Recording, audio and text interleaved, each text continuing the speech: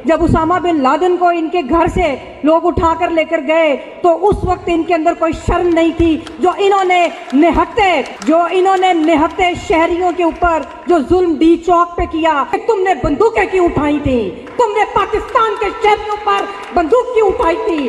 और पाकिस्तान के पूरे अवाम से हम गुजारिश करेंगे कि इन जर्नैलों और अस्करी अशरफिया के खिलाफ हमारा साथ दें। हम पाकिस्तान हमारा है और हम इसको आज़ाद करवाएंगे। और मैं सिर्फ ये कहूँगी कि मुनीर मलिक साहब की क़यादत में हमने दुनिया की तारीख की कामयाब जदोजहद की थी, आज भी हम लड़ेंगे। हमारी तारीख जो है वो जदोजहद और कामयाबी की है, और इन जर्नैलों की जो तारीख है वो नाकामी और सरेंडर करने की तारीख है। 1965 से लेकर आप गिनती शुरू करें, 1971 हो या कारगिल हो, जहाँ पे ये लाशें छोड़ के भागे थे।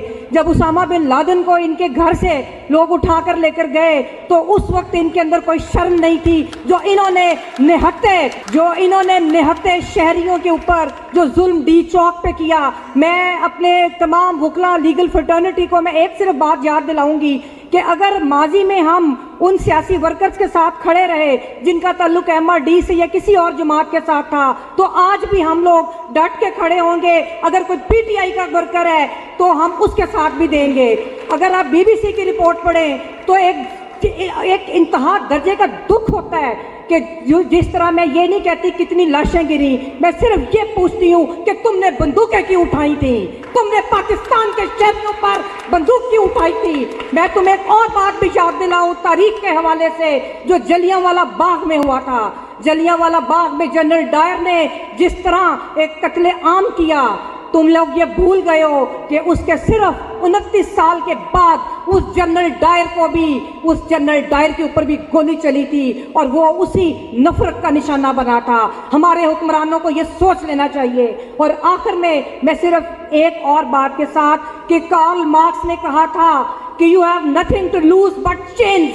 पाकिस्तान के जो अवाम है, पाकिस्तान के अवाम के पास, ठीक है आपके पास बैंक बैलेंस भी होगा, आपके पास कोई गाड़ी और छोटा मोटा सासा भी होगा, लेकिन याद रखिए कि आपके पास आपके हकूक नहीं है, तो आपने उन हकूक के लिए लड़ना है। और पाकिस्तान की अदलिया 26वीं तरमीम के बाद कोई अदलिया नहीं, ये सिर्फ एक नुमाइशी अदारा है। और हम लोगों ने, जैसे अभी हमारे साथियों ने कहा, ये हैदर इमाम रिजवी साहब ने, सलाहुद्दीन साहब ने, हमने भी, मैं उसी बात को दोहराते वक्त ये कहूँगी कि हम लोगों ने अपनी आखिरी लड़ाई आइन और कानून की बालादस्ती के लिए लड़नी है। और जिस तरह ये हर आवाज़ को दबा रहे हैं, मैं इस वक्त सॉलिडेरिटी करूँगी पाकिस्तान की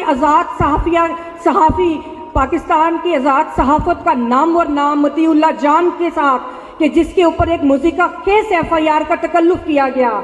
ये आज तो ये FIR कर रहे हैं, अगर यही हालात रहे तो FIR भी नहीं होगी, ये वैसे ही उठाएंगे आप लोगों को।